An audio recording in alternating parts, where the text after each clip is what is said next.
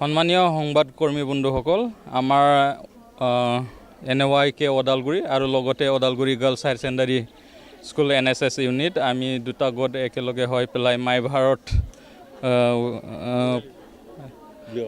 Diwali with ইয়াতে এটা আজি তিনিদিনীয়া কাৰ্যসূচী লৈছিলোঁ আৰু আজি চাফাই অভিযান আছিলে। আমি চাফাই অভিযানত নেহৰু যুৱ কেন্দ্ৰৰ অফিচাৰ আমাৰ ছাৰ আছে আৰু আমাৰ মিলন ছাৰ আছে। আমি একেলগে প্ৰগ্ৰামটো আজি কৰিলোঁ।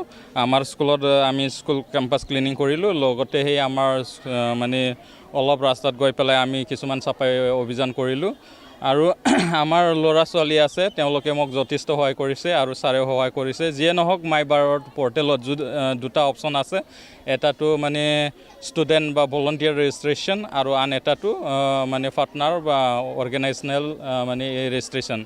মাই ভাৰত পৰ্টেলটো এনেকুৱা মানে য'ত ল'ৰা ছোৱালীয়ে যদি কোনোবা এটা মানে ফিল্ডত যদি নিজকে কিবা দেখুৱাব বিচাৰে, নিজৰ সফলতাটো যদি দেখুৱাব বিচাৰে, ইয়াত কিছুমান সুবিধাটো চৰকাৰে বনাই দিছে। যদি এজন ল'ৰা বা ছোৱালীয়ে স্পৰ্টছৰ ক্ষেত্ৰত যদি মানে কিবা ইণ্টাৰেষ্ট আছে, তাত মানে ৰেজিষ্ট্ৰেশ্যন কৰি পেলাই মানে নিজৰ যি মানে দক্ষতা আছে এইটো দেখুৱাব পাৰে। আৰু মাই ভাৰত পৰ্টেলৰ দ্বাৰা এজন ছাত্ৰ বা ছাত্ৰী বা যুৱক যুৱতীয়ে মানে আগবাঢ়ি যোৱাৰ কাৰণে কিছুমান সুবিধাটো পোৱা যায়।